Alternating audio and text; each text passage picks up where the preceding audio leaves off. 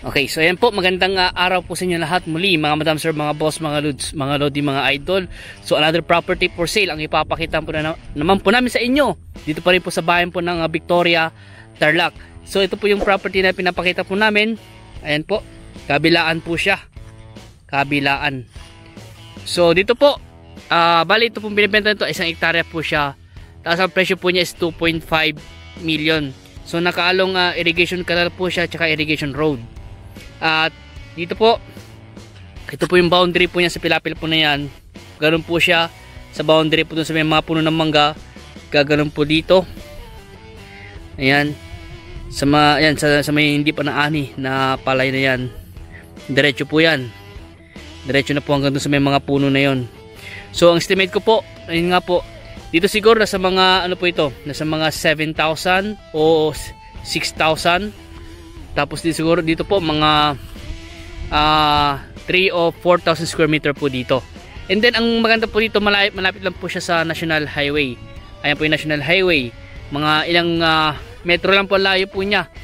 At mga 200 meters ganoon. Mga 200 to 250 meters po ang layo po niya sa National Highway.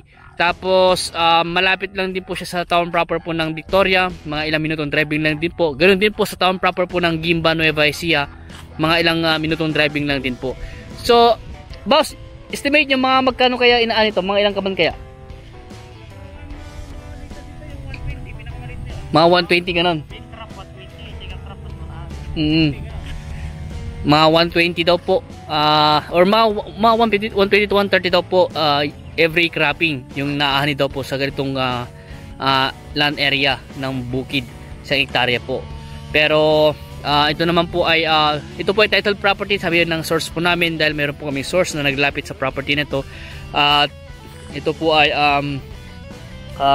tax subsidy daw po, sabi po niya. Pero nakadepende pa rin po yan pag nakausap na po natin yung mismong may-ari, dahil ang naglapit po sa amin ito ay si tatay, yung naka color pink. Ayan po, siya yung naglapit po sa amin sa property na ito. At kung ano po yung sinabi po niya sa amin na detalye ng property nito, yun po yung sasabihin po namin sa inyo, dahil siya po yung nakadirect po sa mismong may-ari. Pag kayo po ay nag-viewing ay magre-request po tayo ng copy ng title, kung sakaling makapag-request po tayo o makahingi po tayo sa source po namin ng copy ng title. So dito po meron po silang ginawang rampahan dito, kaso nga lang hindi pa na semento. So ito po, dito nila binababa yung yung mga hand tractor, mga reaper, mga ganun po, mga kuliglig na ginagamit po nilang pang-araro po dito sa bukid po na ito. At dito nga po ay magsa-second cropping na naman po, no? Second crop na naman yan, mga January. Mga January magsa-second crop na naman sila. O baka ano to, boss? Mga November to, baka ano to, baka dong next month. Baka aruhin na naman to, tatanaw na naman ng palay. Baka doon nakarang araw lang, oh. Parang nakarang araw lang na ani to. And then, ang presyo ng palay ngayon, magkano na, boss? 11 ay 11.70, saka 11, ganun na. Mga 11 per kilo. Yung ano yun, kaani. Hindi dry yun. Pag dry, mga panglang, 14-15 pag dry. Pag bagong ani, mga 11, ganun. So ito po yung kanyang irrigation canal. Dito po sila kumukuha ng pampatubig po nila sa nilang palayan. Pero sa ngayon po kasi tag-ulan, kaya hindi po nila nagagamit to. Pero pag second cropping na po, third cropping, magagamit na po nila itong tubig ng irrigation. Ang alam ko po, galing pa po ata ito ng Pantabangan Dam eh. And then, andun lang po yung mga power line tsaka internet connection sa National Highway. Meron na din pong ano dyan sa Bandarian, meron din pong gasoline station sa Bandarian. At sa mga naghanap po ng ganito na bukid, baka ito na po yung nahanap nyo. Yung presyo po yung 2.5, kung gusto pa yung negotiate yung price, kausapin na lang po natin yung mismong seller po na nagbebenta. So ang estimate ko pong frontage po niya siguro na sa mga 20 to 25 meters po siguro yung frontage niya. Mga hanggang dito kay tatay. Sa tapat niya hanggang doon.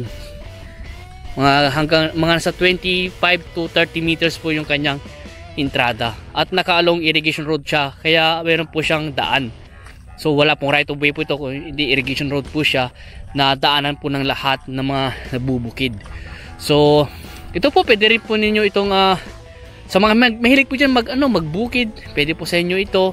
sa mga gusto pong may investment po na property o baka gusto nyo buy and sell, ayan, pwede rin po ito. I-develop na natin kung gusto nyo po, bakuran po natin.